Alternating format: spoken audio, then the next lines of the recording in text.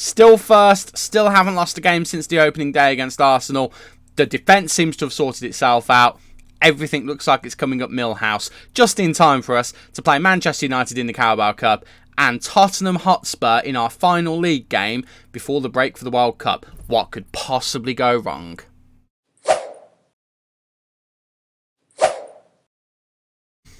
How are we doing all, and welcome to part 4 of this Chelsea beta save for FM23. I'm Stu, thank you for joining me in today's video where we've got Manchester United in the Carabao Cup third round and a big game in London with our match against Tottenham Hotspur in the last Premier League game before the World Cup. Oh gee, I wonder how that one's going to go. If you're excited for both of those, please do leave a like on the video for me and subscribe so you never miss any lovely Football Manager content from this face right here. Since you were last with us, it's only been a couple of games, but we have done very well in them. We've won both of them. I say won both of them. We've played 3 games, in fact. One of them against the team we're going to be coming up against in the next match, Manchester United, and we drew against them 0-0, so we didn't win all of them, but we did then win the next 2. The final game in the group of the Champions League against Club Brugge 3-0, and then we beat Nottingham Forest 3-1 in the Premier League as well. Speaking of the group, that's how it finished. Top of the league. Top of the league in more ways than one. Bayern Munich not winning, I don't think, on their final group game, actually. They ended up losing, I think. Did they? No, we beat them, didn't we? Of course we did. So, no, ignore that. They battered Sporting on the final day, which means Club Brugge are the team that go through to the Europa League. Good times for them. But we've brought you back a little bit early, other than just to have a look at those results there. That's the scouting list. Why am I showing you that? Because I've got the Champions League draw. And I am wearing these headphones because I've put the sound on, because I actually want to see what this is all about. Now, if for some reason I'm not allowed to do this, I will try and edit it so that you can't hear the audio of this. But I am intrigued to see what it's like with the full experience. So obviously I did the draw before that you guys didn't see, but that draw was done without the music on because I just muted everything, because I always do. So we're going to go into this. I'm going to put my headphones on. And we're going to see what it's like. So let's do it, shall we? Let's do it. It's a bit louder than I expected. But that is kind of cool, I have to say.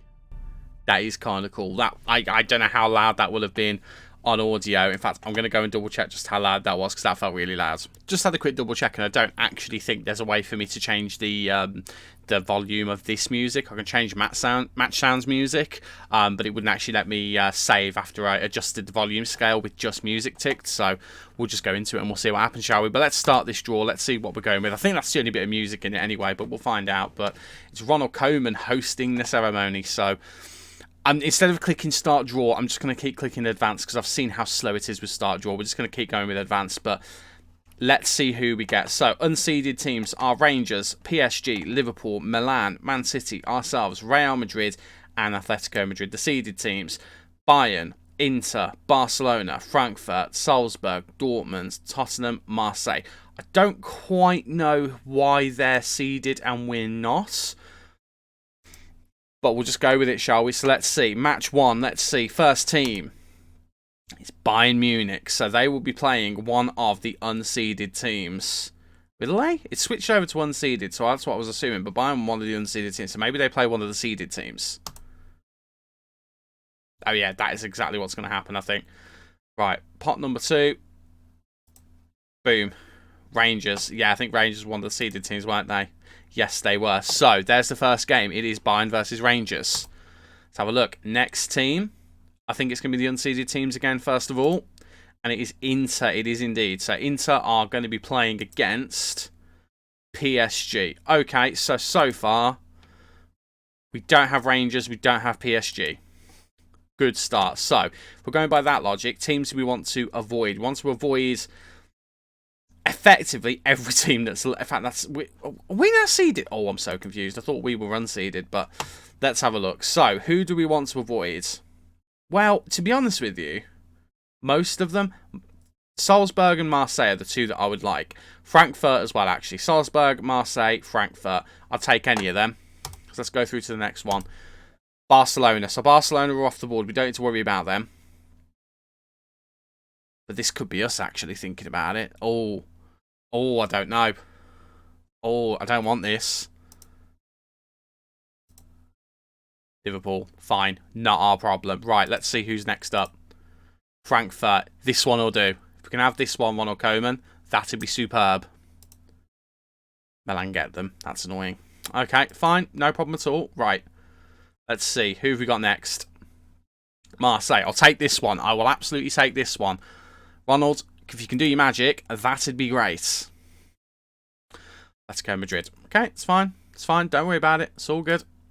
Spurs. Can you imagine? I mean, this would be our luck if we get Spurs. Champions League, first knockout rounds. This would be just our luck.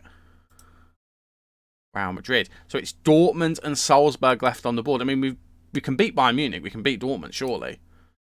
Right. Who's left? It's ourselves and Man City. Us. We get Dortmund. Okay. Okay. And just finish showing us off. Salzburg, Man City. There's your draw for the first knockout round. That could be a good set of ties, actually.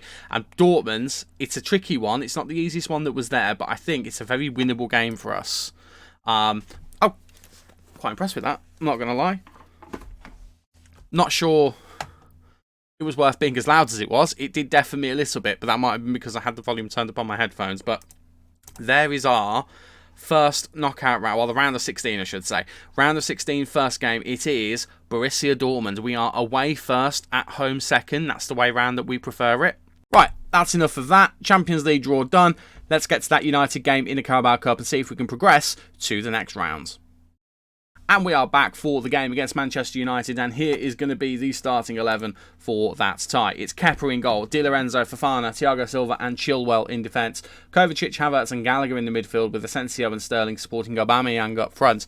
We have brought N'Golo Kante out because he needs a rest. Quite a few of the players actually do at the moment, but he's the only one who has been rested and still needs one, so we're going to put him on the bench if we need him. He is there. We are still waiting on Mason Mount to come back. 2 to 5 weeks. He should be back after the World Cup. Trevor Chalobah out for 3 weeks as well. That's a little bit annoying, but we've rotated the team a little bit. We're going to do what we can. We have got a couple of players who have missed out on their World Cup squads, which hopefully will spur them on a little bit. That is the hope, but let's just get into it, shall we? And let's just see what we can do.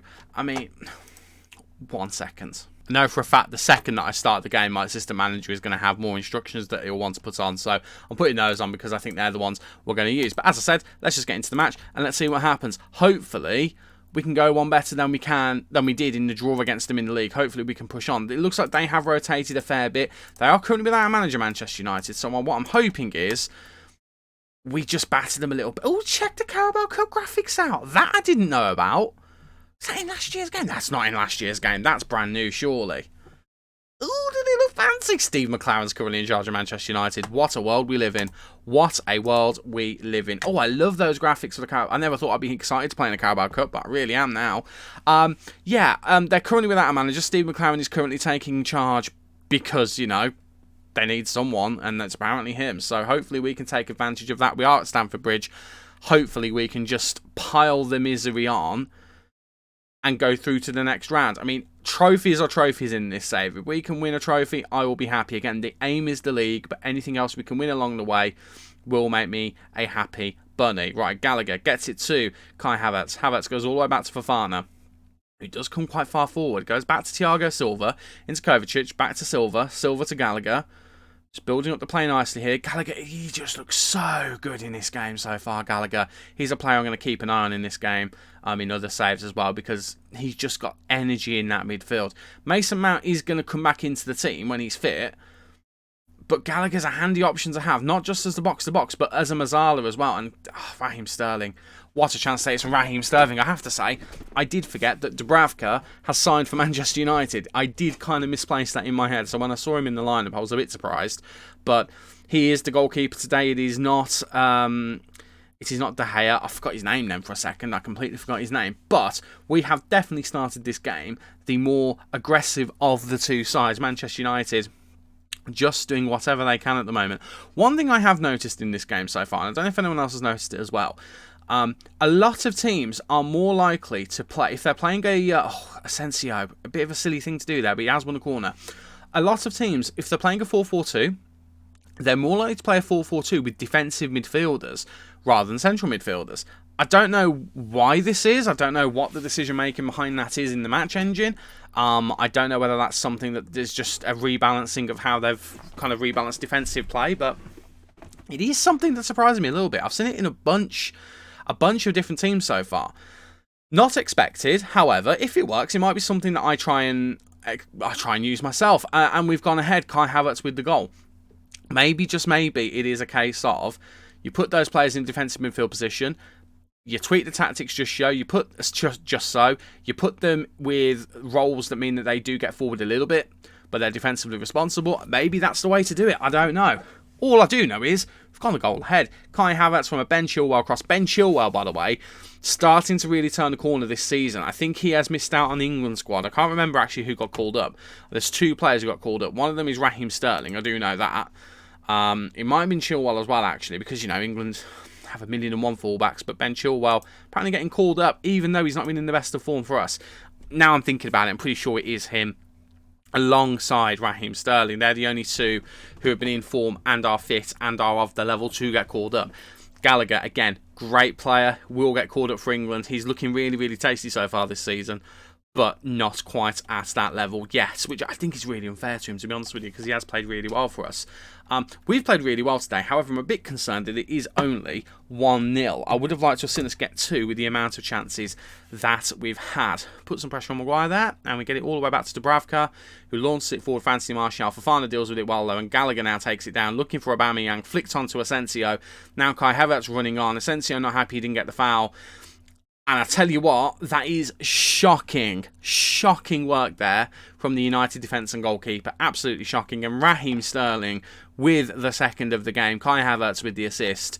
Gallagher gets to Aubameyang. Aubameyang flicks it onto Asensio. Asensio just manages to get to Havertz. He's furious he hasn't got a foul there. What everyone is doing now, I don't know. It's defensive, shambolic behaviour. I don't know where I was going with that, but let's go to there. Shambolic defensive behaviour is probably the way that I meant to say it. And it means that we go 2 ahead and we can kind of take our foot off a little bit, but it is still Manchester United. Right, changes are plenty. Buendia's going to come on. He's starting to pick things up a little bit in his Manchester United career, in his Chelsea career.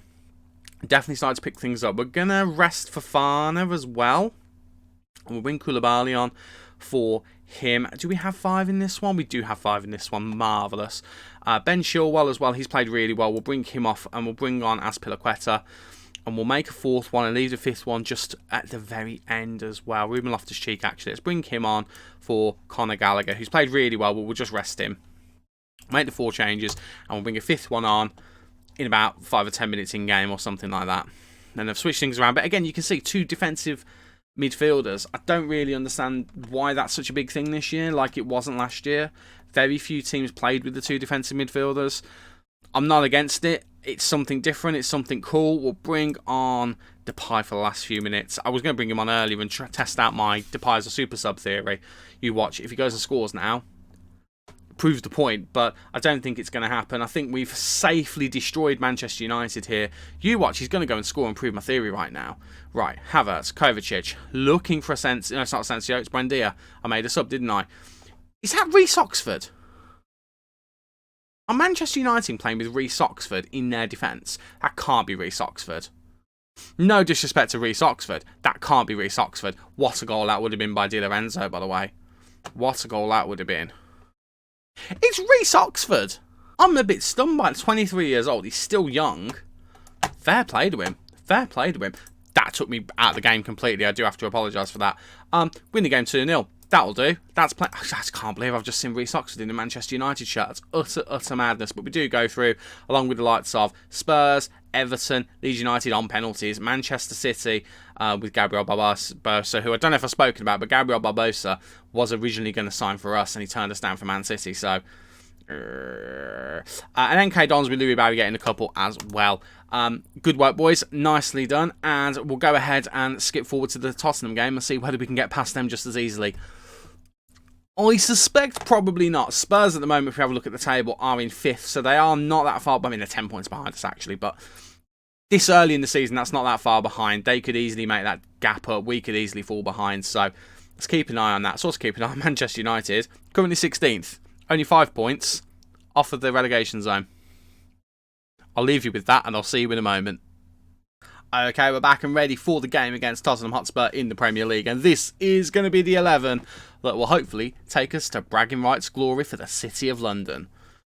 Yeah, it is Mendy in goal, James, Fofana, Koulibaly and Cucurella in defence, Kante, Havertz and Gallagher in the midfield, with Asensio, Sterling and Memphis Depay starting up front. A couple of fitness issues. Asensio's not fully fit, but we're going to go with him anyway just because of the set-piece threat. Raheem Sterling is just about fit, but he is a bit tired.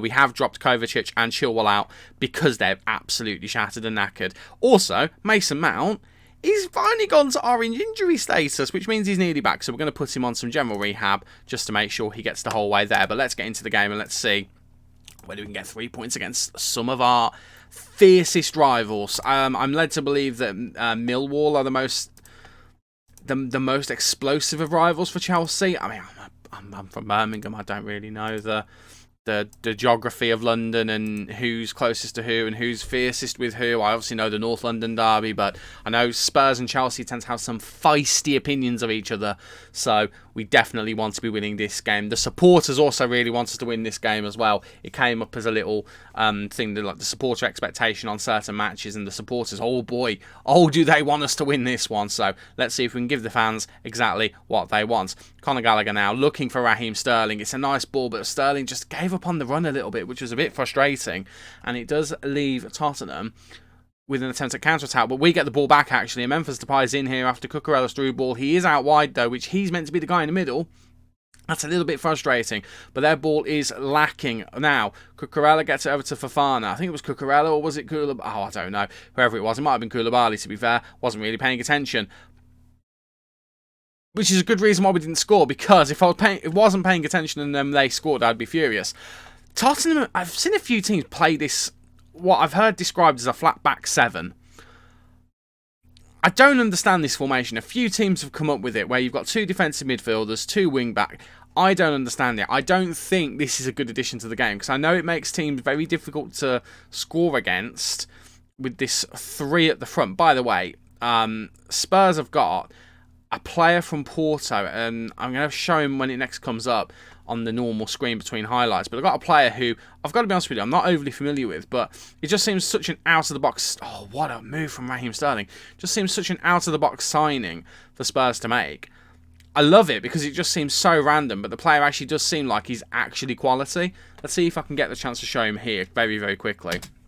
This guy here, Mehdi Taremi, Iranian 30-year-old, 59 caps, 29 goals. To be fair to him, he's not the quickest, but he actually isn't that bad. I've just never really heard of the guy. The signing from Porto, he must have had a heck of a couple of seasons at Porto, 38 goals in 71 games.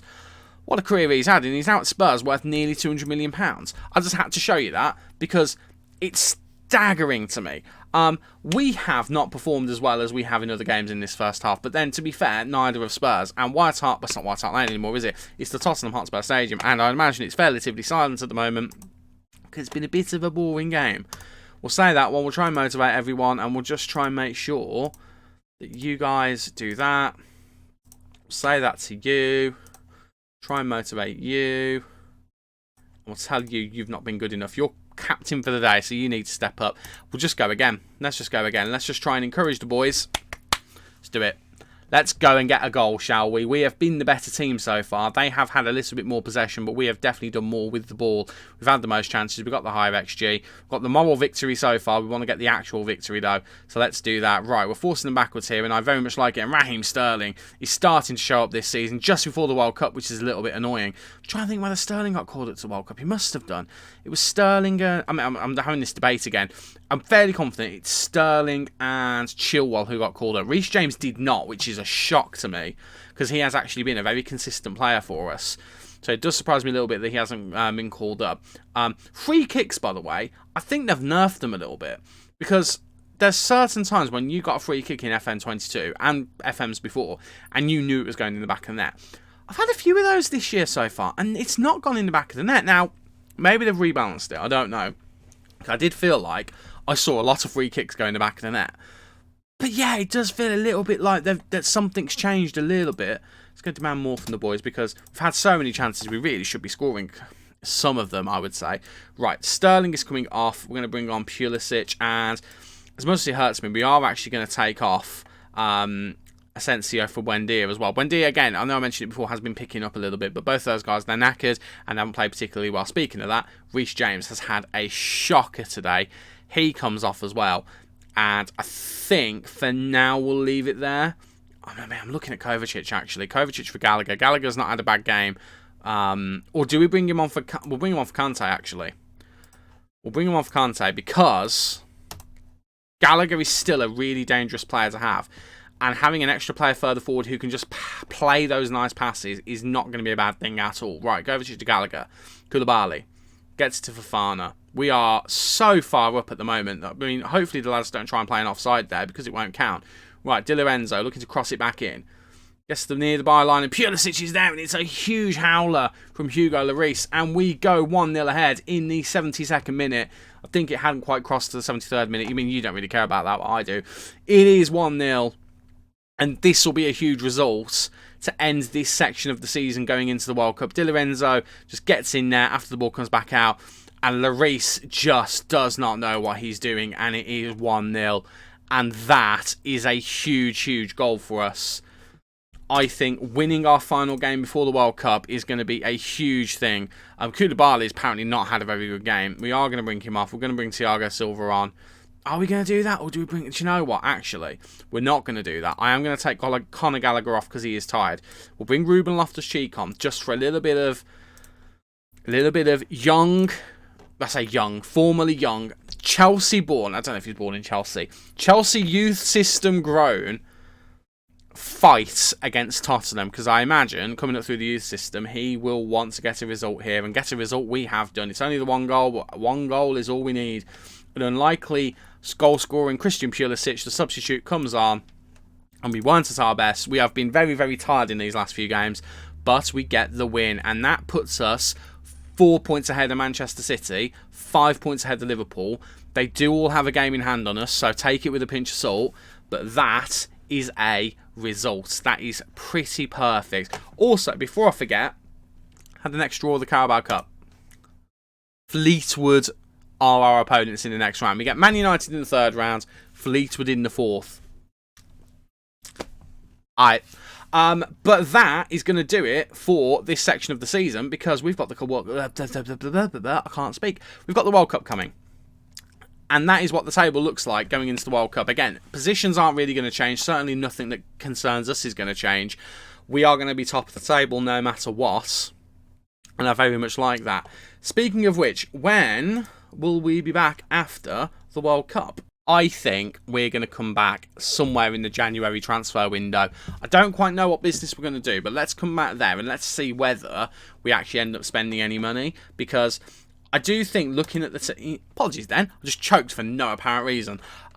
Looking at the team, we've got a good squad. We've got some solid coverage in areas. We've got some very, very good players.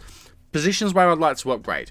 I've already mentioned it, goalkeeper. To be fair to Edouard Mendy, he has recovered somewhat. I mean, compared to how he started the season, he has gotten a lot better and a lot more consistent in recent times. And that has made me feel a little bit better. Certainly, he started, I mean, to begin with, it took him until the Liverpool game before he got a clean sheet.